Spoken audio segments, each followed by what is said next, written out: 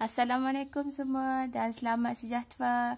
Okey, baiklah, untuk sains tingkatan 3, cikgu akan teruskan dengan bab 6 iaitu yang bertajuk elektrik dan keimagnetikan.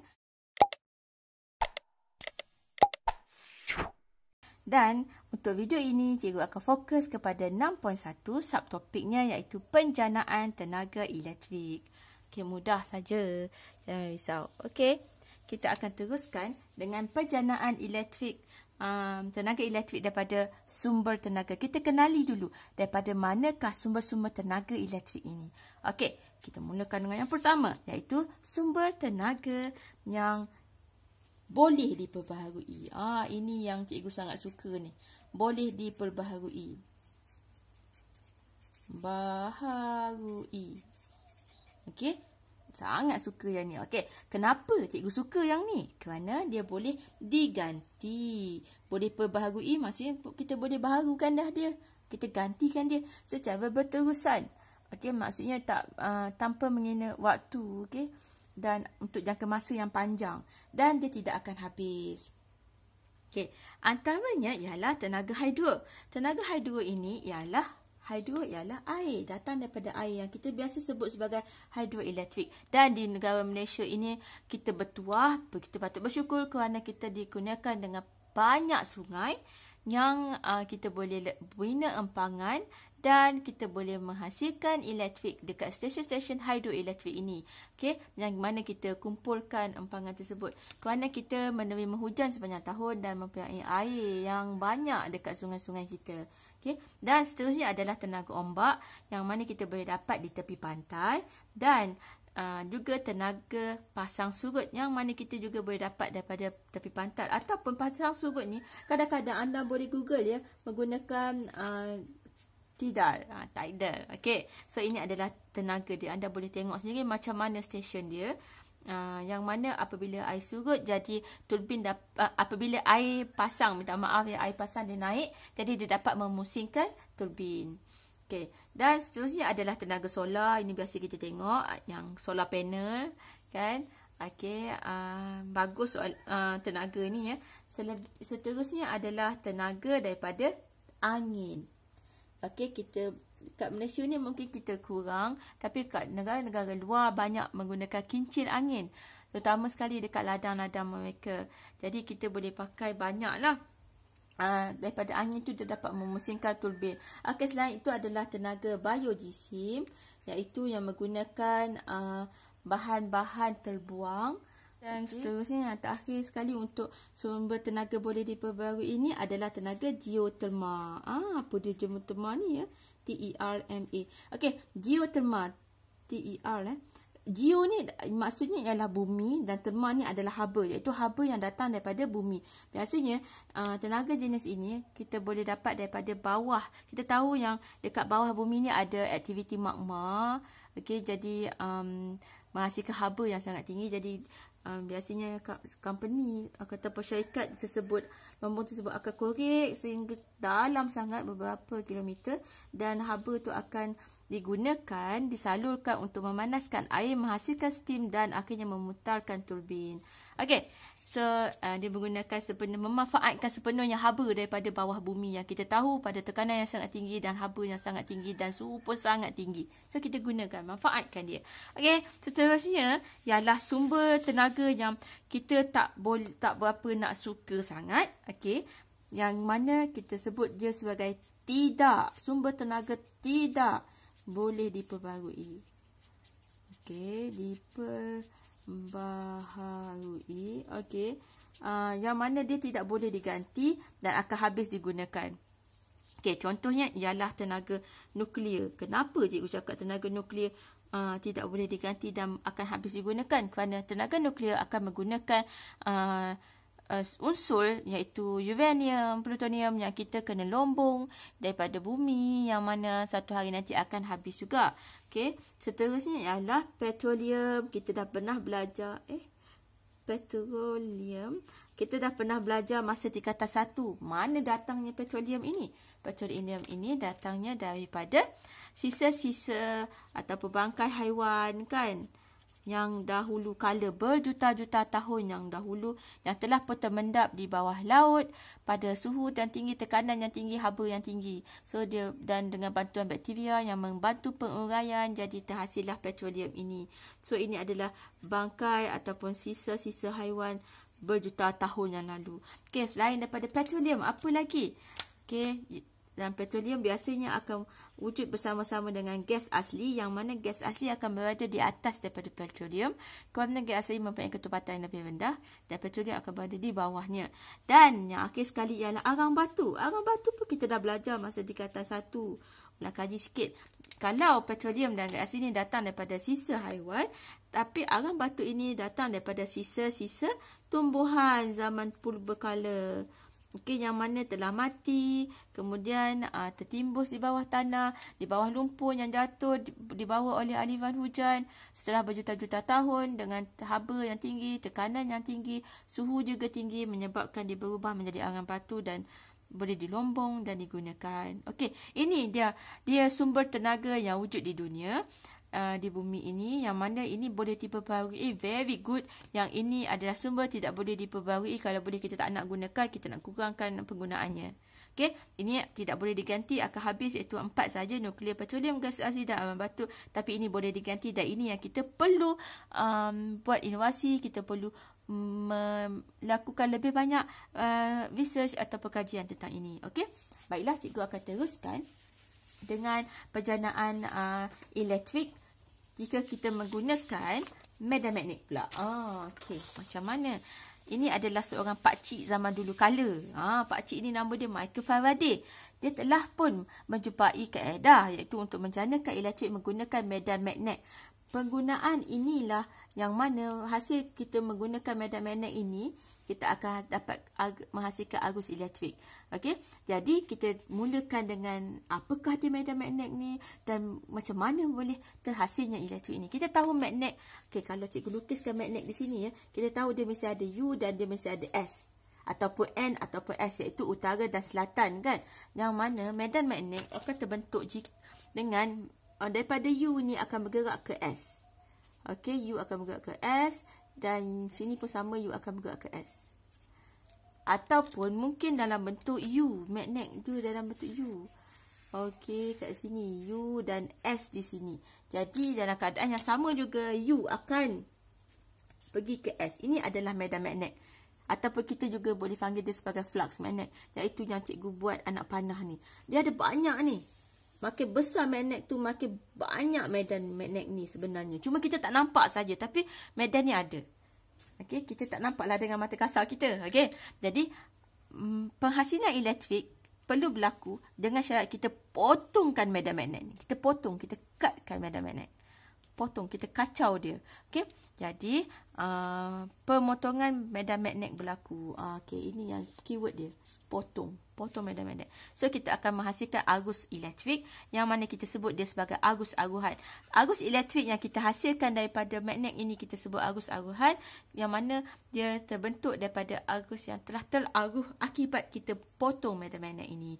Inilah yang Uncle Michael Faraday cakap. Okey, jadi kita nak tengok arus aruhan ini sebenarnya boleh kita hasilkan daripada dua keadaan. Satu, kita hasilkan melalui gerakan dawai. Satu lagi, kita gerakkan magnet. Itu saja. Mudah je kan? So, hasil untuk memotongkan medan magnet inilah kita perlukan sumber tenaga ini. Tenaga-tenaga ini kita akan gunakan untuk kita usahakan potong medan magnet ini. Okey? Okay. Jadi, cikgu nak teruskan dengan penjanaan tenaga elektrik pula. Okey, untuk menjana tenaga elektrik, maksudnya menghasilkanlah jana ni ya, kita sebut sebagai generator. Generator ni sebenarnya datang daripada perkataan generate. Generate tu maksud kita hasilkan. Generate your idea, hasilkan idea. So, it's come from word generate, so kita sebut sebagai generator. Tapi ini bukanlah untuk generate idea, tetapi untuk menghasilkan elektrik. So, generator elektrik. So, alat ini digunakan untuk menjana tenaga elektrik. Okey, generator ya. Okey, ini adalah rupa generator kita. Kita letakkan magnet di sini, yang mana dia ada 1 dan ada 2. Diapit lah. Maksudnya dia kat sini, cikgu besarkan gambar ni. Ada 2 magnet. 1 U, 1 S. Okey. Okey, dan kita letak satu gegelung dawai di tengah-tengah ini. So, gegelung dawai inilah yang akan jadi pengacau. Dialah yang akan sibuk untuk memotong medan magnet ni. Okey, sebab syarat dia kita kena potong medan magnet. Jadi, inilah fungsinya. Ini besi ni. Okey, gegelung dawai ni. Jadi, kemudian kita akan sambungkan dawai ini, gegelung dawai ini dengan lampu ataupun apa sahaja alatan yang kita nak menunjukkan elektrik ataupun yang menggunakan elektrik ya. Dan ini adalah engkol untuk kita pusingkan gegelung dawai ni. Okey, jadi awak bayangkan ya, cikgu pusingkan engkol ni, so dia bergerak, gegelung dawai pun bergerak. Jadi gambar ini cikgu besarkan di sini, nampak lebih jelas. Okey, so untuk menerangkan dengan lebih detail, jadi cikgu nak lukis dulu medan magnet, baru kita boleh nampak. Okey, medan magnet macam cikgu cakap tadi, dia bermula daripada U ke S. Jadi kat sini U, kat sini S, jadi inilah medan magnet dia. Cikgu gunakan pen merah ni. Ini medan magnet dia. Makin besar magnet ni, makin banyak medan magnet ni. Jadi makin banyak medan magnet yang dipotong nanti, lagi banyak arus aruhan akan terhasil. Okey, jadi kemudian cikgu pusingkan engkol ni, jadi gegelung dawai ni pun akan berpusing. Tung tung pusing. So bila dia pusing tak. Jadi bila dia berpusing, jadi dia akan potong medan magnet ni. Dia naik atas, okey. Jadi dia potonglah. Yang ni pula turun bawah, dia akan potonglah. So dia cut atas dan bawah. Jadi terpotong medan magnet, maka terhasillah kita sebut sebagai arus elektrik, arus aruhan. Elektrik lah ni sebenarnya. Nama je arus aruhan sebab dia datang daripada pemotongan flux magnet. Okey. So kita potong. So kat sini cikgu tambah sikit. Medan magnet dipotong dipotong. So terhasillah arus aruhan. Okey, jadi bila arus aruhan terhasil, arus elektrik ini terhasil, jadi menyalalah LED ini. Wah, dah menyala. Itu bermaksud elektrik telah pun mengalir. Kalau awak letak kipas-kipas pun berputar lah, kan? Apa saja, okey, yang memerlukan elektrik. Okey, jadi ini adalah cara untuk kita menjawab soalan. Apakah keyword yang perlu ada? Okey, first kali kita cakap engkol kita putarkan. Ialah engkol ini kita putarkan sebab dia ada gear supaya dia dapat memutarkan dawai, gegelung dawai ni. Jadi cikgu tambah kat sinilah gegelung dawai. Dawai pun berputar. Okey, jadi apabila putaran dia berlaku, jadi medan magnet pun akan dipotong macam cikgu cerita tadi. Okey, sebab angle ini dia macam ni, angle ini naik atas, angle ni turun bawah, kan? Dia jadi macam tu. Okey, so dia potong ketika dia pusing tu. Okey, kemudian terhasillah arus terhasil, iaitu arus aruhan, dan yang mana arus aruhan tersebut akan menyalakan LED. Awak kena cerita yang ni, arus ini terhasil. Okey, arus apa? Oh, silap. Kena tambah ni, arus elektrik. Kena ayat kena nekap, okey? Yang mana kita kenal ni sebagai arus aruhan. Jadi dia akan menyalakan LED.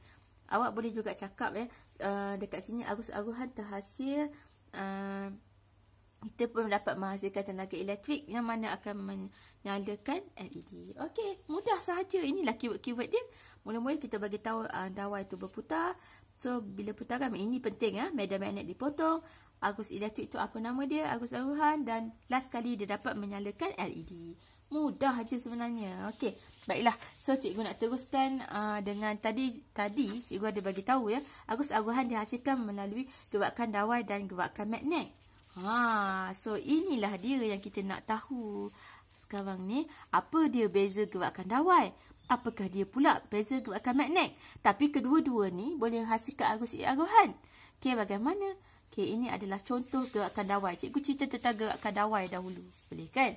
Okey, sekarang ini kita akan sambung. Baiklah, kita akan sambung tentang perbezaan antara gerakan dawai dan gerakan magnet. Seperti mana kita ketahui arus aruhan dihasilkan oleh gerakan dawai dan juga gerakan magnet. Jadi apakah membezakan kedua-dua ini? Okey. Jadi sekarang ni kita lihat satu persatu ya. Kita tengok dulu tentang gerakan dawai dahulu. Okey. Ini adalah gambar wajahnya yang mana kita ada magnet. Okey, yang mana cikgu dah label kat sini U dan S. Jadi kita gunakan dawai. Okey, ini contoh dawai. Cikgu tak ada magnet berbentuk U, tapi saya ada dawai je. Okey, jadi dawai nanti kita akan gunakan untuk memotong galvanometer. Okey, contoh ya, cikgu lukis dulu magnet U, bentuk U ini, yang mana ada satu sisi yang terdiri daripada U, iaitu ataupun N in English, dan S, okay, untuk selatan, utara dan selatan. Okey, jadi terwujud satu medan magnet yang di antara U dan S ini. Jadi kita boleh labelkan di sini ya, antara U dan S ini ada medan magnet. Okey, so daripada U ke S, so anak panah dia lah. Okey, jadi disebabkan cikgu tak ada U, bentuk U, magnet bentuk U, jadi cikgu gantikan dengan stapler ini. Okey, so kita bayangkan ini adalah U dan ini adalah S.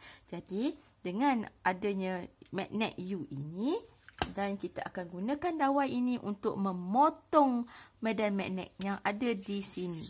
Okey, so kita potong dia. Okey, kerana arus-aruhan kita tahu dia akan wujud ataupun terhasil apabila medan magnet dipotong. Okey, jadi katakanlah cikgu daripada pandangan depan, daripada pandangan atas, so dekat sini S, kat sini akan ada medan magnet. Jadi kita potong medan magnet ini.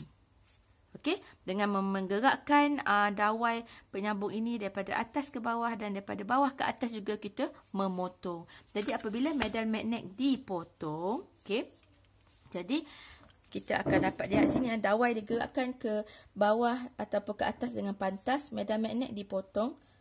Okey, dan apabila saja dipotong, arus-aruhan akan terhasil dalam dawai penyambung, dan arus-aruhan tersebut akan mengalir ke dalam di dalam dawai penyambung ini ya. Kemudian yang setelah pun disambung dengan galvanometer, jadi arus elektrik yang mengalir daripada dawai penyambung ini sampai ke galvanometer. Jadi apabila galvanometer menerima arus elektrik, jadi galvanometer akan terpesong. Ini menunjukkan yang wujudnya arus elektrik di situ. Okey, jadi memang terbuktilah jika kita potong medan magnet ini dengan dawai ke atas dan ke bawah, maka terhasillah arus-aruhan yang berjaya memesongkan jarum galvanometer. Jika medan magnet ini banyak, contohnya kita gunakan magnet yang lebih besar ataupun tebal, jadi medan magnet pun lagi banyak. Jadi lebih banyak pemotongan medan magnet, maka lebih banyak arus terhasil. Bila banyak arus-aruhan terhasil, maka lebih besar pemesongan jarum galvanometer ini. Lebih besar terpesongnya, lebih jauh lah. Okey. Yang kedua ialah kita nak tengok bagaimana kalau dengan yang ni kita gunakan gerakan dawai lah, macam cikgu cakap tadi kan. Jadi dengan menggunakan dawai kita turun ke bawah, kita potong. Tapi dawai yang bergerak. Okey. Dan yang kedua untuk gerakan dawai ialah solenoid. Solenoid. Apakah dia solenoid ini? Solenoid itu sebenarnya datang daripada ini. Daripada dawai. Ini dawai biasa, dawai biasa, tapi kita nak jadikan dia bentuk solenoid. Jadi cikgu pun gulung-gulung dia. Okey, kita gulung-gulung dia dan terhasillah ini. Ini ibarat macam solenoid lah ni. Okey, macam ni ya. Nampak semua solenoid? Okey, kita anggap je solenoid. Dan sepatutnya kalau ikutkan dalam gambar rajah ini ya, solenoid ini akan bersambung dengan galvanometer. Okey, dan di tengah-tengah ini kita nampak ada magnet di sini. Di sini ya, ada magnet. Jadi cikgu lukis kat sini ya. Ini adalah magnet yang mana kita tahu ada U dan ada S. Okey, apabila ada magnet, jadi kita juga tahu yang mesti wujud medan magnet daripada U ke S. Daripada U ke S. Jadi anak panah dia macam ni lah. Daripada U ke S. Daripada U ke S. Okey, begini. Jadi, solenoid ini kemudiannya digerakkan sebab gerakan dawai. Solenoid adalah dawai. Jadi, solenoid ini yang akan digerakkan ke arah magnet. Magnet kekal pegun ya. Okey, cikgu tak ada magnet. Jadi bagaimana ya? Okey, cikgu akan gunakan pensel. Pen. Okey, pen magic ni. Okey, yang berwarna hijau ini kita anggap sebagai magnet. Yang mana kepala ni, penutup ni kita anggap U. Yang ini kita anggap S. Okey, U, S. Jadi medan magnet bergerak daripada atas ke bawah. Atas ke bawah. Jadi, sekarang ini, solenoid ini kita akan gerakkan dia ke arah magnet yang pegun. Okey, so gerakan dawai berlaku. Okey, solenoid keluar masuk, keluar masuk, keluar masuk. Jadi apabila magnet ini keluar dan masuk, dia akan memotongkan medan magnet yang sedang wujud di sekeliling magnet ini. So dia masuk, bila dia masuk dia potong medan magnet ni. Dia keluar pun dipotong juga medan magnet. Masuk potong, keluar pun potong. So hasil pemotongan medan magnet ini ya. Okey, so solenoid digerakkan ke bawah dan ke atas dengan pantas. So medan magnet dipotong. Okey, dipotong dan seterusnya arus terhasil hasil daripada pemotongan medan magnet ini. Tapi arus ini terhasil di dalam solenoid ini. So dalam solenoid ini sekarang mempunyai arus. Walaupun pada asalnya tidak mempunyai arus ya. Kemudian seterusnya arus yang mengalir ini akan melalui galvanometer kerana dia bersambung dengan galvanometer dan berjaya memesongkan jarum galvanometer. Ini bermaksud wujud arus elektrik. Okey. Jika makin banyak lilitan solenoid ini, makin banyak dia boleh potong magnet ni, ataupun makin besar magnet, lagi banyak medan magnet, lagi banyak medan magnet dipotong, lebih banyak arus-arusan terhasil, maka lebih besar pemesongan jarum galvanometer. So kita dapatlah bacaan dekat galvanometer ni lebih besar. Okey, ini adalah tentang gerakan dawai. Okey, bagaimana pula untuk gerakan magnet? Magnet yang bergerak pula. Okey, jom kita lihat. Okey, jadi cikgu nak tutup dulu gerakan dawai sebab kita tak nak ganggu kan. Okey, kita tutup. Okey, sekarang ni kita fokus untuk gerakan magnet sahaja. Okey. Okey, seterusnya kita akan teruskan dengan gerakan magnet. Okey, ini adalah dawai. Okey, dan ini pula ialah U, magnet bentuk U cikgu. Cikgu gantikan dengan stapler tadi tu. Okey, so kita tahu ini adalah U dan ini adalah S. Jadi medan magnet wujud okey di antara U ke S. So kat sini awak boleh bayangkan ya, banyak medan magnet di sini. Okey, jika tadi ya medan magnet ini dipotong dengan menggunakan dawai ini, cikgu potong okey macam nilah. Cikgu potong dia. Okey, so medan magnet terpotong dengan dawai yang sedang bergerak atas ke bawah, atas ke bawah. Okey, tetapi sekarang ni cikgu nak magnet ini yang bergerak dan dawai ini yang pegun. Okey, terbalik. Sebab ini gerakan magnet. Jadi dawai ini kekal pegun manakala magnet ini cikgu gerakkan ya. So medan magnet dipotong secara tidak langsung apabila magnet ini digerakkan ke atas dan ke bawah. Dipotong. Okey, kalau kita lihat daripada sudut sini, daripada sini kan, kita potong ni medan magnet kena potong. Okey, kerana magnet ini yang bergerak tetap sama juga kan. Okey, jadi apa yang kita boleh simpulkan kat sini ya, apabila magnet digerakkan ke bawah ataupun ke atas dengan pantas, jadi medan magnet tetap juga dipotong. Walaupun bukan dipotong oleh secara langsung dengan dawai ini macam tadi. Okey, tetapi tetap dipotong kerana dia bergerak. Jadi arus arahan terhasil dalam dawai penyambung ini kerana berlaku pemotongan medan magnet. Jadi dawai penyambung sekarang ni mempunyai arus aruhan tersebut yang mana telah pun bersambung dengan galvanometer. Jadi arus aruhan ini sambung dan sampai ke galvanometer. Apabila galvanometer menerima arus aruhan, jadi jarumnya akan terpesong dan dapatlah bacaan. Makin besar pemesongan, makin besarlah bacaan tersebut. Okey, so melalui galvanometer dan jarum galvanometer akan terpesong. Jadi ada arus elektrik. Okey. Dan last sekali untuk gerakan magnet ialah solenoid. Okey, ini dia solenoid yang kita pakai tadi ni. Cikgu guna pakai balik. Tapi dah terburai pula. Okey. Okey, ini dia solenoid kita. Okey. Dan sekarang ini jika tadi ya cikgu gunakan magnet ini dia, pen hijau tadi. Okey, ini adalah U dan ini adalah S dia. Okey, U dan S. Dan sekarang ni jika tadi magnet ini adalah pegun dan solenoid ini yang akan bergerak ke atas dan ke bawah memotong medan magnet pada magnet ini. Okey, U ke S ni banyak medan magnet. Tetapi sekarang ni solenoid ini pula yang pegun. Okay, so solenoid ini pegun, cikgu letak dekat kertas ni. Okey. Okay, dan sekarang ni magnet pula yang digerakkan.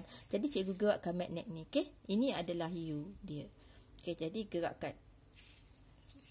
So medan magnet juga tetap terpotong kerana medan magnet ini yang wujud di sini ya. Bila memasuki solenoid dia akan dipotong oleh solenoid ini, dan bila dia keluar pun dia akan dipotong juga. Okey, potong juga. Okey.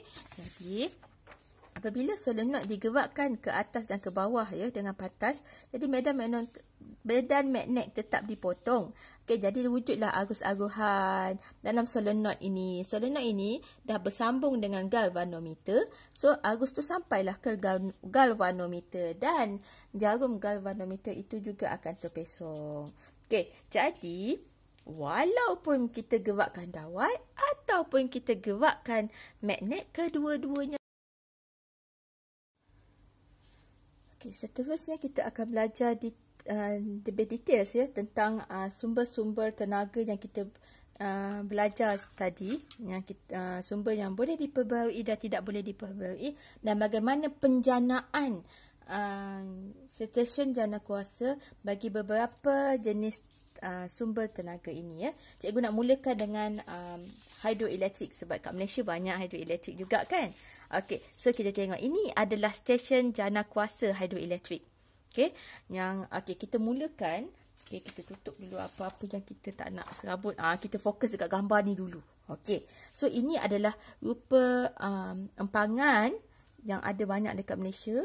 Okay, yang bermula dengan takungan air. Maksudnya kita tahan sungai yang mengalir itu, kita tahan sungai, kita bina empangan yang besar tapaknya dekat bawah sebab mengalami tekanan yang tinggi ya. Dan empangan ni pun kita kena bina tinggi supaya air yang ditakung dapat lebih tinggi. Kenapa nak lebih tinggi? Ini keyword dia. Kenapa nak tinggi ya? Sebab apabila semakin tinggi, maka tenaga keupayaan gravitinya adalah lebih tinggi. Sebab tenaga keupayaan graviti bergantung kepada kedudukan sesuatu objek yang lebih tinggi. Maka bila lebih tinggi, maka tenaga itu adalah lebih tinggi.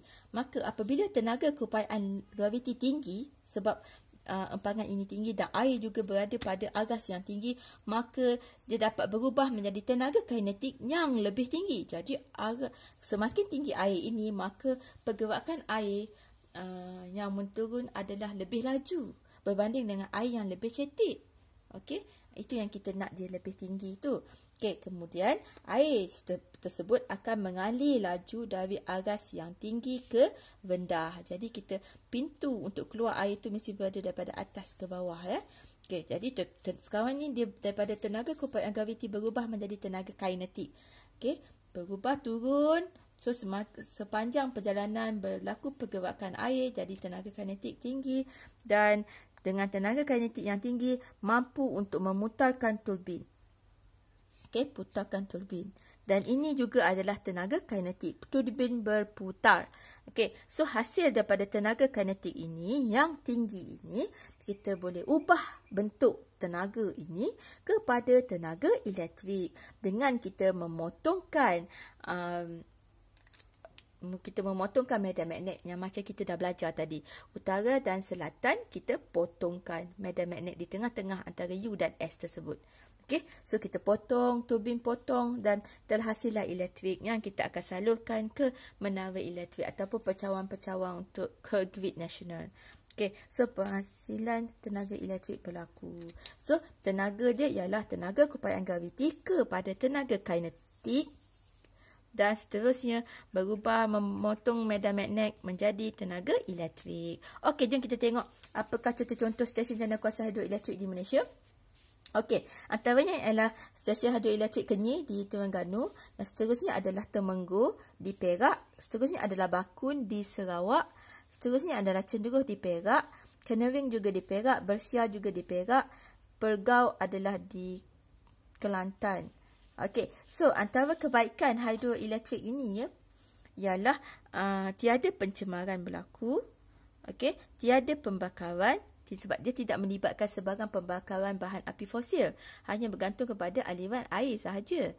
Okey, tetapi keburukannya ialah dia memusnahkan habitat, kerana untuk membina empangan ini ya, ada beberapa perkampungan hutan yang terpaksa ditenggelamkan sebab kita nak tinggikan air ini, takungan air ini. Okey, itu adalah untuk hidroelektrik. Kita teruskan untuk stesen jana kuasa Telma. Telma adalah haba.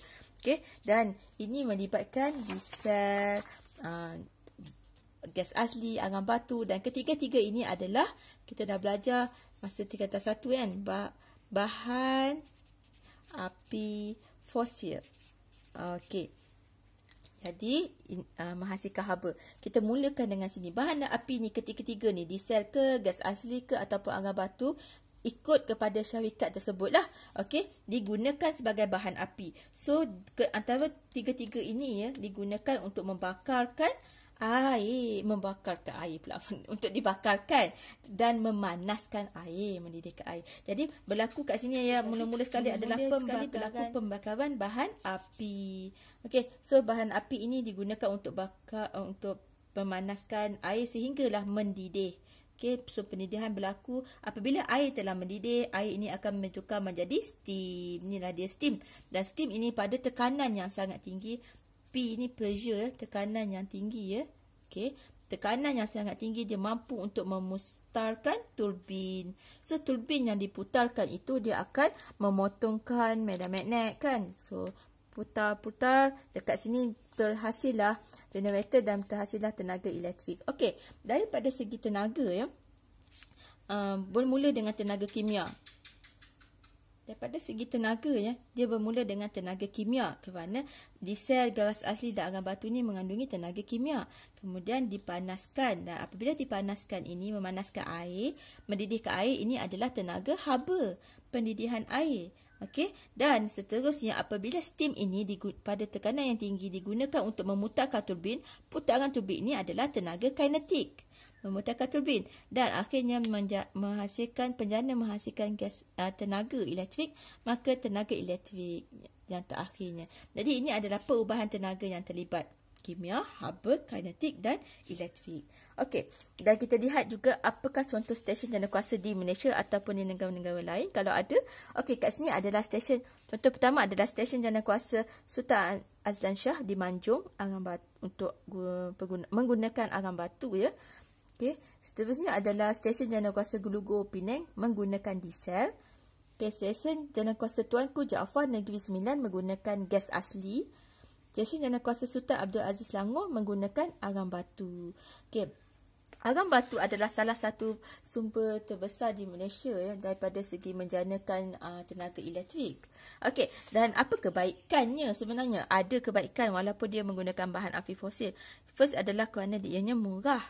Dan yang kedua, dia boleh dilakukan ataupun tenaga elektrik boleh dihasilkan tanpa mengira waktu ataupun musim. Okay, tetapi keburukannya ialah dia mencemarkan udara kerana melibatkan pembakaran. So pembakaran gas berlaku ya. Dan juga satu lagi, sumber tenaga ini tidak boleh diperbarui. Okay, so bahan api fosil ni akan hilang ataupun akan habis satu hari nanti. Okey, seterusnya ialah kita teruskan kepada stesen jana kuasa solar pula. Okey, dan mana ini melibatkan solar panel.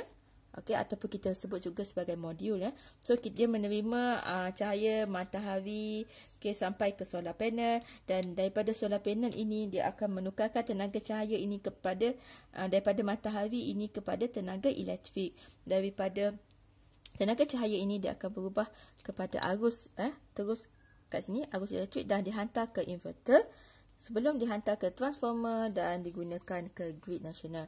Jadi perubahan tenaga dia mudah saja. Daripada tenaga cahaya matahari terus berubah menjadi tenaga elektrik. Mudah aja kan? Okey. Tapi kita menggunakan panel suria ya, ataupun solar panel ini English lah. Okey, kita tengok antara stesen solar yang wujud kat Malaysia ni. Okey, yang pertama adalah stesen jana kuasa Pulau Kimeri di Sungai Siput, Perak. Seterusnya stesen jana kuasa Pulau Perhentian Kecil di Terengganu. Okey, dan tapi stesen jana kuasa ini sebenarnya adalah hybrid. Selain daripada solar, terdapat juga angin dan sebagainya. Okey, dan seterusnya ya, apakah kebaikan solar ni? Kebaikannya adalah dia selamat sebab dia tiada sebarang pencemaran, tidak berlaku pembakaran, tidak membebaskan gas-gas gosal rumah hijau ataupun gas yang beracun. Tetapi solar ini dia tidak stabil. Okey, dia kerana dia mengikut musim. Kalau musim hujan, maka hasilnya adalah outputnya adalah berkurangan.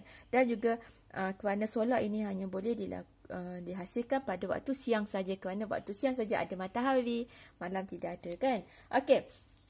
So dia ada kebaikan dan kelemahannya lah. Okey, seterusnya cikgu nak teruskan kepada stesen janakuasa tenaga angin.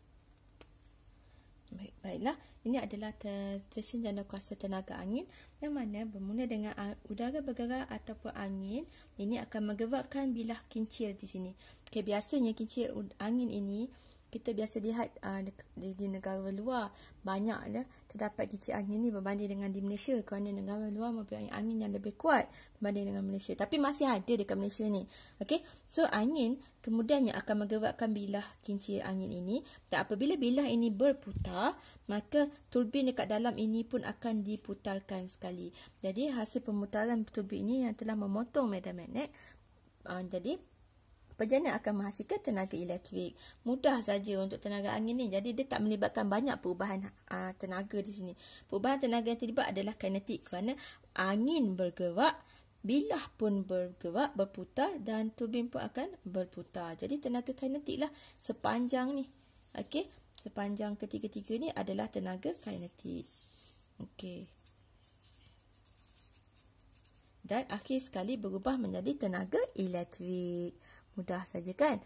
Okey, dan kita tengok ada tak stesen di Malaysia. Okey, antara yang ada ialah stesen janakuasa Pulau Perhentian Kecil di Terengganu. Yang kedua adalah di negara-negara luar lah, stesen janakuasa angin Gansu China contohnya. Kemudian stesen dekat Alta USA Amerika, dan juga stesen janakuasa angin di Mumpadal India, dan banyak lagi sebenarnya, banyak ya. Okey, ini antara yang cikgu sempat jumpa dan tulis lah. Okey, antara kebaikan angin ni sebenarnya dia selamat sebab dia tidak melibatkan sebarang pencemaran, dia tidak ada pembebasan gas, dia ada pembakaran. Okey, tetapi kelemahannya ialah dia agak bising kerana bilah ni besar sebenarnya. Jadi dia bising. Dan lagi satu, dia mengancam juga nyawa burung yang terbang-terbang dekat atas ladang-ladang semua tu ya. Okey, itu antara kelemahan lah. Okey, seterusnya kita nak tengok stesen janakuasa nuklear. Wow, nuklear. Okey, kita tengok dulu. Ini adalah gambar wajahnya. Okey, yang mana terdiri daripada vektor, ni adalah dalam vektor nuklear. Okey, dalam satu tempat yang kita letakkan sebagai uranium. Uranium adalah bahan unsur yang kita gunakan, bahan radioaktif untuk menghasilkan tenaga nuklear ini, kerana dengan tindak balas berantai, hasil tenaga nuklear adalah amat besar dan banyak ya. Jadi ini adalah vektor nuklear yang terdiri daripada konkrit yang sangat tebal. Okey, dan di sini berlaku tindak balas nuklear lah yang kita sebut sebagai tindak balas berantai. Okey, jadi dengan hasilkan tenaga nuklear ini yang sangat banyak dan besar, mampu memanaskan air. Jadi air akan dipam ke dalam vektor nuklear ini dan dididihkan, dipanaskan sehingga mendidih menjadi steam, dan ini adalah melibatkan tenaga haba. Apabila steam ini pada tekanan yang sangat-sangat tinggi, kerana sangat panas dan tekanan tinggi, maka ia mampu memutarkan turbin. So ini adalah tenaga kinetik hasil daripada pemutaran turbin. Dan hasilnya kita akan mendapat menjana tenaga elektrik dan dihantar ke menara elektrik. Okey, seterusnya steam ini kemudiannya akan disejukkan. Okey, melalui menggunakan kondenser, dan hasil daripada sejukan ini akan menghasilkan air, dan air ini akan dipam semula ke reaktor nuklear untuk dididihkan sekali lagi dan dihasilkan steam. Hasil daripada manakala dalam kondenser ya, ejen penyejuknya yang kita gunakan ialah air laut. So air laut dimasukkan, yang sejuk dimasukkan dan menyejukkan steam ini. Hanya untuk menyejukkan steam ini. Kemudian dia akan ambil haba daripada steam ni akan ditransferkan, dipindahkan ke air laut. Dan air laut ini kemudiannya akan menjadi panas. So ini air laut panas ini pula akan dibebaskan. Ini air laut sejuk masuk, ambil haba, dan air laut panas dikeluarkan. steam ini yang dah dipindahkan haba tu ke dalam air laut akan menjadi sejuk dan air itu akan dipam masuk ke reaktor nuklear. Itu perjalanan untuk stesen jana kuasa nuklear. Okey. Jadi steam akan memutarkan turbin dan menghasilkan tenaga elektrik. So tenaga nuklear di sini, tenaga haba kita panaskan, hasilkan steam. Okey, ni tenaga kinetik kita putarkan turbin dan tenaga elektrik pada penjana. Jom kita lihat stesen jana kuasa nuklear di seluruh dunia. Okey, dekat Malaysia masih tidak ada kan? Okey, so antara yang paling banyak, negara yang paling banyak menggunakan tenaga nuklear untuk menghasilkan elektrik ialah USA. Okey, diikuti dengan Eropah, juga Jepun. Jepun yang paling glamour sekali adalah stesen jana kuasa nuklear Fukushima, yang mana beberapa tahun lepas telah pun ditimpa bencana tsunami dan musnah. Hasil daripada itu reaktor nuklear ini pecah dan menyebabkan sinaran radioaktif dikeluarkan dan penduduk sekitar itu terpaksa dipindahkan dalam radius beberapa kilometer jauh daripada kawasan Fukushima tersebut. Dan kawasan Fukushima tersebut perlu dikosongkan supaya mangsa-mangsa ataupun penduduk setempat tidak terdedah kepada sinaran radioaktif yang berbahaya dan boleh menyebabkan penyakit, contohnya kanser. Okey. Kebaikan nuklear ini ialah menghasilkan tenaga yang sangat banyak. Okay, berbanding dengan tenaga-tenaga yang lain. Tetapi dia berisiko macam cikgu cerita tadi lah untuk stesen Fukushima tadi, yang mana boleh menyebabkan sinaran radioaktif terbebas jika berlaku kerosakan ataupun bencana. Okey, baiklah, kita teruskan kepada stesen jana kuasa biojisim pula. Apakah dia biojisim? Biojisim ini sebenarnya adalah kita ambil daripada sisa-sisa haiwan, iaitu najis-najis haiwan, ataupun mungkin daripada sisa-sisa tumbuhan. Okey, ataupun sisa-sisa buangan yang lain lah yang kita boleh guna, kita kumpulkan dan kita letakkan najis dan sisa-sisa tersebut ke dalam satu tangki ni. Biasanya kita letak dekat bawah tanah macam tu, dan hasil kita peram dia, bau dia memang busuk lah juga mula-mula tu kan. Okey, kemudian kita peram sehingga dah dia mengeluarkan gas metana. Wow, gas metana yang berbau sengit. Okey, akhirnya gas metana ini kita keluarkan. Kita tahu gas metana ini bersifat dia membakar, mudah membakar, bahan api ya. Jadi metana yang dihasilkan ini kita akan digunakan untuk membakar dan memasak air sehingga mendidihkan air menjadi steam. So steam ini sama seperti mana stesen jana kuasa nuklear ataupun yang kita belajar sebentar tadi, iaitu stesen jana kuasa apa tadi ya, arang batu, diesel, okey, iaitu bahan api fosil kan. Okey, dia akan memanaskan air menjadi steam. Steam ni akan putarkan turbin. Okey, so ini adalah tenaga kinetik lah, dan hasilnya apabila turbin diputar akan memotorkan magnet-magnet dan penjana akan menghasilkan tenaga elektrik. Okey, kaedah dia seperti gambar raca ini ya. So metana digunakan untuk bakarkan air menjadi steam. Steam digunakan untuk pusingkan turbin dan pergi ke penjana. Tetapi steam yang mustarkan turbin ini akan disejukkan ke dalam kondenser. So biasanya kita gunakan air laut, dan air laut ini akan ambil haba daripada steam ini dan berubah menjadi air laut yang panas dan dikeluarkan. Okey, air laut ini tidak pun bercampur dalam proses ini, cuma digunakan untuk menyejukkan, sama seperti mana dalam stesen jana kuasa nuklear, sama juga seperti mana stesen jana kuasa terma. Okey. Sebab itulah tadi cikgu ada cerita tentang stesen Fukushima tadi kan, dilanda ataupun di Fukushima ni tadi dilanda dengan tsunami kerana dia dibina berhampiran dengan laut bagi mudah pengambilan air laut dan pengeluaran air laut yang panas. Okey, sebab itulah mudah ditimpa tsunami ya. Sama juga untuk biojisim, perlu dia berhampiran dengan laut lah, dibina berhampiran dengan laut untuk proses penyejukan steam ini. So hasilnya steam apabila disejukkan menjadi air semula dan kemudian akan dipam ke dalam tangki dandang ini untuk dipanaskan dengan gas metana lagi. Wah, begitulah, mudah aja. Jadi tenaga yang terlibat adalah tenaga kimia datang daripada bahan sisa-sisa ni tadi. Okey. Dan gas metana itu adalah bahan kimia. Kemudian dipanaskan, iaitu tenaga haba. Air dipanaskan menjadi steam. Kemudian steam memutarkan turbin, iaitu tenaga kinetik yang sedang bergerak. Dan seterusnya menghasilkan tenaga elektrik. Okey, jom kita tengok stesen jana kuasa biojisim di Malaysia ni. Okey, stesen jana kuasa biojisim ada di Sabah, iaitu TSH Bioenergy. Seterusnya adalah stesen biogas di layang-layang Johor dan juga stesen biogas di Bagan Datuk, Perak. Okey, yang baiknya tentang kebaikan biojisim ini ialah dia akan menggunakan bahan buangan kita seperti mana najis ayam, lembu dan juga binatang-binatang yang lain, dan juga sisa tanaman daripada peladangan, contohnya hampas kelapa sawit ataupun jagung ataupun tanaman-tanaman yang lain.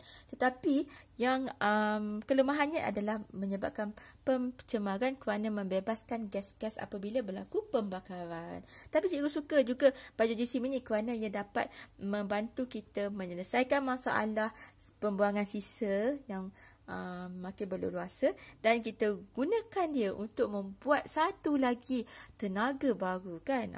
Bagus sebenarnya. Okey, seterusnya hari ini kita akan teruskan dengan kita dah menjana, dah tahu dah tentang sistem penjana kuasa, macam mana kuasa tenaga elektrik tu dijana. Jadi kita nak belajar pula tentang arus elektrik itu sendiri yang kita akan bekalkan kepada pengguna seperti kita. Okey, kita akan dapat dua jenis arus, ya. Arus elektrik ni sebenarnya terdiri daripada dua arus, iaitu arus terus dan juga arus ulang-alik. Okey, arus terus macam cikgu cakap tadi, bagi solar panel biasanya kita akan ambil tenaga cahaya dan ubah kepada tenaga terus, yang mana kita perlu hantarkan kepada inverter untuk tukarkan kepada arus ulang-alik. Okey, kita tengok dulu apakah arus terus. Kita berkenalan dulu. Baiklah, kita mulakan dengan arus terus, ya. Arus terus ini ialah kita sebut juga sebagai AT dalam bahasa Melayu singkatan, dan DC iaitu direct current. Okey, in English. Okey, DC. Jadi setengah alat memang dia dah tulis siap-siap. Okey, ini hanya untuk DC saja yang boleh. Jadi kita tak boleh lah gunakan arus ulang-alik untuk alat tersebut. Okey, so apakah maksud direct ataupun terus ni? Jadi dia hanya boleh mengalir dalam satu arah sahaja. Bagaimanakah satu arah itu? Okey, jadi cikgu akan lukis di sini. Satu arah tu bermaksud, ya, contohnya, okey, kita boleh nampak di sini. Ini adalah simbol bateri ataupun sel kering, ya, yang mana terdiri daripada satu panjang dan satu pendek. Okey, dan kita akan sambung ke dalam 1 liter. Okey, yang mana kita akan letak pelbagai lah, rintangan lah, suis, kita letak ammeter, voltmeter dan sebagainya. Okey, dan kita boleh nampak di sini, ya, ini adalah positif, yang panjang tu positif dan yang pendek ini adalah negatif. Jadi arus terus akan mengalir hanya dalam satu arah sahaja, iaitu daripada positif ke negatif. Positif ke negatif. Hanya satu arah sahaja. Dan arus terus ini dia tidak boleh mengalirkan arus daripada negatif ke positif. Tidak boleh. Hanya daripada positif ke negatif sahaja. Jadi hanya boleh satu hala sahajalah. Yang cikgu buat anak panah yang pen warna merah ni. Ini sahaja yang boleh mengalir. Itulah yang kita sebut sebagai satu arah sahaja, iaitu arus terus. Okey, contoh penjana arus terus ialah penjana tenaga solar. Solar panel tadi. Panel surya, akumulator dan juga bateri. Bateri sel kering yang biasa kita guna untuk jam kita, kan. Akumulator adalah seperti bateri kereta. Okey, so alat yang menggunakan arus terus ini ialah kalkulator. Kalkulator kita, kan, setengah tu mempunyai solar panel kecil, kan. Okey, seterusnya adalah kereta kontrol. Yang kita main kereta kontrol tu, okey, kita letak bateri dekat dalam, okey, sel kering. Okay, lampu suluh pun sama, kita gunakan bateri juga, dan juga jam. Okay, biasanya kalau kita pakai bateri yang sel kering itu menyebabkan arus terus. Okay, sekarang ni cikgu nak teruskan kepada arus ulang-alik pula. Okay, untuk arus ulang-alik kita gunakan singkatan AU untuk bahasa Melayu dan AC sebagai alternating current. Jadi kalau alatan elektrik anda dah dilabel AC 6 volt contohnya, jadi hanya boleh menggunakan arus ulang-alik sahaja. dan dengan maksimum 6 volt bagi alat elektrik tersebut untuk berfungsi. Okey, kalau kita pakai direct current tidak boleh berfungsi lah. Okey, seterusnya arus elektrik yang arah alirannya berubah-ubah. Okey, bukan satu arah tapi berubah-ubah secara berterusan. Bagaimana tu? Okey, jika tadi simbol bagi arus terus ialah satu panjang, satu pendek, satu panjang, satu pendek. Yang panjang positif, yang pendek negatif. Tapi untuk arus unalik simbolnya ialah begini. Okey, jadi cikgu nak lukis kat sini. Ini adalah simbol arus unalik. Okey, so kita sambungkan ke dalam lita. Okey. Yang lita ni kita letak macam-macam lah Okey, itu terpulang lah. Okey, kemudian arus unalik ni dia tidak ada terminal positif dan negatif secara tetap. Jadi cikgu gunakan simbol A di sini dan B di sini. Jadi daripada arah A ke B kita boleh mengalirkan arus elektrik. Okey, daripada A ke B. A ke B gunakan warna merah. Okey, seterusnya kita gunakan warna hijau. Okey, daripada B ke A pula tetap juga boleh mengalir melalui B ke A melalui dawan yang sama. Jadi, inilah maksudnya boleh berubah-ubah arah. Mula-mula dia bergerak daripada A ke B. Seterusnya daripada B ke A. Daripada A ke B, seterusnya B ke A. Dan seterusnya secara berterusan. Itu yang membezakan arus terus dan arus ulang-alik. Sebab tu kita panggil ulang-alik. Daripada A ke B, kemudian patah balik. Ulang-alik B ke A pula. Okey, contoh penjana dia ialah penjana hidroelektrik, iaitu dekat empangan kita, stesen hidroelektrik. Seterusnya adalah penjana arus arang batu, diesel dan gas asli. Biodiesel pun kita pakai penjana, kita guna akan menghasilkan arus unalik dan juga nuklear juga. Okey, alat yang menggunakan arus unalik yang ada kat rumah kita ialah peti sejuk, televisyen, kipas, pengambil rambut, pemakai roti, pendingin hawa, radio, komputer dan sebagainya. Okey, inilah dia arus terus dan arus ulang-alik. Okey. Disebabkan kita dah kenal dah apa dia arus terus, dah kenal dah apa dia arus ulang-alik, jadi kita nak belajar pula apa alat yang kita boleh gunakan untuk mengukur kekuatan arus terus tu ataupun arus ulang-alik tu. Berapakah dia punya voltan? Tinggi, sama ada arus tersebut tinggi ataupun rendah. Okey, arus yang tinggi biasanya kita anggap sebagai sangat bahaya, betul tak? Dan arus yang rendah, okey, kita tak takut sangat kan? Okey, tapi walau bagaimanapun kita kena ukurlah dia. Okey, untuk tahu tinggi atau rendah. So ini adalah alatnya. Osiloskop sinar katod atau kita sebut sebagai OSK. Ataupun in English kita sebut sebagai cathode ray oscilloscope, CRO. Okey, sama je. Cuma ini dalam English. Okey. Okey, kita tengok satu persatu apakah fungsi OSK ini. Baiklah. OSK ini biasanya kita boleh nampak dekat dalam makmal dan dia akan hasilkan graf. Tu kan? Okey, graf yang macam tu. Okey, yang mungkin akan dapat macam ni, yang mungkin akan dapat macam ni. Macam detak jantung kan? Itulah dia. Okey, so kita tengok satu persatu ya. Cikgu nak mulakan dengan tombol kawalan keamatan. Okey, di sini. Intensity in English. Biasanya nama pengkawalan keamatan jadi dia mengawal kecerahan cahaya pada skrin OSK. Kat sini biasanya kita akan nampak cahaya warna hijau biasanya. Okay? Jadi sama ada kita nak cerah ataupun nak malap sikit, so kita adjust di sini. Okay? Sebenarnya adalah tombol kawalan fokus. Maksudnya sama ada nak image graf ini sharp ataupun blur. Okay? Kita boleh fokus di sini. Kawal fokus dia, kontrol ya. Dan seterusnya yang penting ialah dua ni, iaitu ini adalah gandaan Y di sini dan ini adalah untuk X, base masa. Okey, ini adalah melibatkan paksi Y dan X. Kita ada belajar untuk setiap graf mesti ada paksi X dan juga paksi Y. Jadi ini yang untuk mengawal paksi X ni secara horizontal ataupun melintang ni kan, mengufuk ni, X ini dikawal oleh sini, iaitu kita sebut sebagai dasar masa. Kenapa panggil dasar masa? Kerana paksi X ini kita letakkan dia sebagai masa T. Berapa masa? Okay, 0 saat, 1, 2, 3, 4, 5 saat. Ataupun kalau awak nak adjust kepada minit pun boleh, terpulang. Mili saat pun boleh. mikrosaat pun boleh. Okey, sebab itu kita sebut sebagai dasar masa. So mengawal pergerakan tumpuk cahaya melintasi skrin secara mengufuk. Secara horizontal ni lah, ini yang kawal. Okey. Jadi untuk Y pula, untuk paksi Y, kita sebut sebagai gandaan Y untuk magnitud ketinggian tumpuk cahaya pada paksi Y. Ini biasanya berapakah voltan, tinggi ke arus dia? Makin tinggilah bacaannya. Kalau rendah arusnya, jadi mungkin kita akan dapat arus yang macam ni saja, rendah. Kan? Okey. Dikawal oleh gandaan Y. Okey, pesongan Y dan pesongan X. Ini nak memesongkan X dan Y. Okey, ini adalah untuk menyelaraskan kedudukan tumpuk secara menegak. Sama ada awak nak adjustkan dia tepat pada sini ke, dekat tepi sikit ke, nak adjustkan kedudukannya. Tempat negatif ke, positif ke. Okey, sama juga untuk pesongan X, tapi dia kawal untuk minta maaf tadi X, pesongan Y tu macam ni, atas ke, kat bawah ke. Kalau X ni ke belah kanan ke belah kiri ke. Okey. Dan last sekali adalah switch arus terus ataupun arus unak-alik. Jadi ini adalah input yang kita nak masuk. Katakanlah awak nak masukkan mikrofon awak bercakap dan menyanyi, nak tengok berapakah arus yang mengalir. Jadi awak masukkanlah di sini. Kalaulah AC dia ada button untuk arus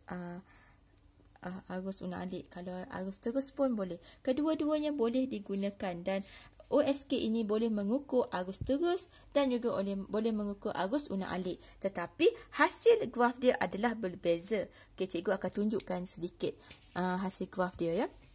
Okey, ini adalah hasil graf arus terus dan ini adalah arus unak-alik. Mungkin tak berapa jelas, jadi cikgu akan jelaskan dengan pen warna hijau ni ya. Okey, untuk arus terus ya, contohnya ialah di sini. Bacaannya yang warna hijau tu boleh nampak kan? Okey. Ini contoh satu arus terus. Mungkin pada waktu ini arus dia datang satu saja, sikit saja datang. Ataupun mungkin secara berterusan. So arus terus dia tegak macam ni. Okey. Tegak sahaja. Hanya berada dekat atas saja. Ini adalah line tengah ya. Okey, cikgu pekatkan line tengah. Okey, ini adalah line tengah. Paksi X. Ini juga adalah paksi X. Dan ini adalah paksi Y. Okey, ini adalah paksi Y. Okey. Jadi kalau arus terus hanya berada dekat atas sahaja, ataupun mungkin arus terus ini boleh jadi berada dekat bawah sekali. Contohnya bawah macam ni lah. Okey, ini adalah bacaan graf dia dekat bawah. Sama ada bawah sahaja ataupun atas sahaja. Berbeza dengan arus unak-alik. Arus unak-alik akan dapat bacaan atas dan bawah. Atas dan bawah. Atas dan bawah. Maksudnya kalau dekat atas positif, maksudnya berbeza arah lah, sebab kita tahu kalau arus unak-alik boleh berbeza arah daripada A ke B, B ke A, kanan ke kiri, kiri ke kanan kan. Okey, so samalah, atas ke bawah, bawah ke atas. Okey, dan ini adalah garisan tengah dia, dan ini adalah garisan tengahnya. Okey, dan untuk arus unak-alik yang kita boleh dapat yang macam ni. Okey, ini adalah arus unak-alik yang kita boleh hasilkan. Maksudnya akan ada bacaan di atas, ada bacaan di bawah. Di bawah ke atas, bawah ke atas. Ini apabila daripada A ke B, bawah ke atas, bawah ke atas, bawah ke atas, bawah ke atas. Jadi ada bahagian atas dan bawah, berbeza dengan arus terus. Okey, kerana apa ya? Sebab kalau kita tengok balik arus unak-alik di sini ya, dia boleh bergerak daripada A ke B dan B ke A. Apabila A ke B, so kita dapat bacaan di atas. Tapi apabila dia bergerak daripada B ke A pula, dia akan dapat bacaan di bawah. A ke B balik, so dia akan dapat balik ke atas. Dan B ke A, akan dapat bacaan ke bawah. Itu maksudnya. Berbeza dengan arus terus. Arus terus hanya melalui satu arah saja. Satu arah saja. Tidak ada patah balik. Mungkin tidak ada. Jadi tidak ada kawasan bawah. Kalau bawah saja pula, tidak ada di kawasan atas. Sebab dia hanya berada kat bawah saja. Okey, itulah dia membezakan arus unak-alik dan arus terus. Dan arus unak-alik ni mungkin juga selain daripada bentuk macam ni, macam ni, kita juga boleh dapat dalam bentuk yang lain. Mungkin macam ni. Okey, atas bawah kan. Okey. Dan last sekali untuk hari ini, cikgu nak terangkan tentang penyelesaian masalah dalam tenaga elektrik dalam kehidupan harian kita. Ya, kita akui kadang-kadang bekalan tenaga elektrik di dalam rumah kita terganggu. Kadang-kadang kita blackout, tak ada elektrik. Tapi kita perlu berasa bersyukur kerana di negara kita bekalan elektrik telah pun dibekalkan kepada hampir setiap rumah, dan oleh TNB, ya. Jadi TNB akan kumpulkan semua tenaga-tenaga daripada stesen jawatankuasa dan dibekalkan dan dijual kepada pengguna seperti kita. Tetapi masalah yang berkaitan dengan terputusnya bekalan elektrik ini, kita antara usaha yang dilakukan oleh TNB, ya, kalau melibatkan jangka masa yang panjang. Jadi TNB akan bekalkan generator raksasa, iaitu seolah-olah seperti satu kontena yang dibawa oleh lori yang besar, ataupun kita sebut sebagai genset. Sebenarnya generator raksasa ni singkatan dia adalah genset daripada TNB sendiri, yang mana dia akan bekalkan tenaga elektrik secara gantian, jika berlaku gangguan bekalan. Dan juga selain daripada menggunakan kaedah ataupun membekalkan bekalan elektrik gantian ini, kita juga boleh melakukan inovasi. Antara inovasi yang telah pun dilakukan dalam wujud ialah menggunakan tenaga solar. Ramai juga yang dah beli pun solar panel, dah letak di atas bumbung rumah masing-masing, kan. Kerana boleh digunakan pada di mana-mana sahaja sebenarnya. Kalau kita ada solar panel tu, dan pada waktu siang kita akan boleh hasilkan tenaga, dan tenaga itu sebenarnya kita boleh simpan di dalam bateri dan boleh juga digunakan sehingga waktu malam, pakai pada waktu malam, kan. Dan contoh lain yang kita boleh gunakan tenaga solar ini yang boleh bawa ke mana-mana ialah solar panel yang terdapat pada power bank. Jadi kalau lah kita pergi travel, berjalan ataupun mendaki gunung, jadi kita tidak ada cukup bekalan bateri handphone, kita boleh gunakan power bank dan halakan ke arah matahari sahaja. Contoh lain adalah kalkulator dan sebagainya lah. Seterusnya adalah penghantaran ataupun peragihan tenaga elektrik tanpa menggunakan wire ataupun wireless.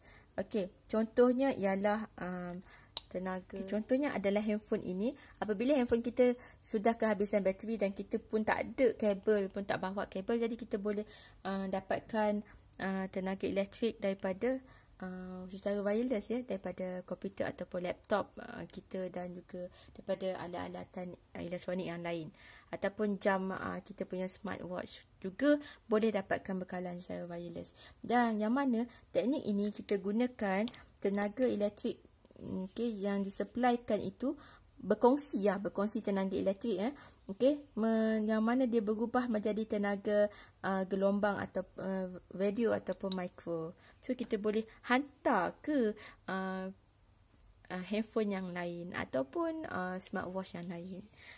Dan last kali inovasinya yang pernah ada ialah penggunaan tenaga angin yang mudah alih dan boleh digunakan di mana-mana sahaja.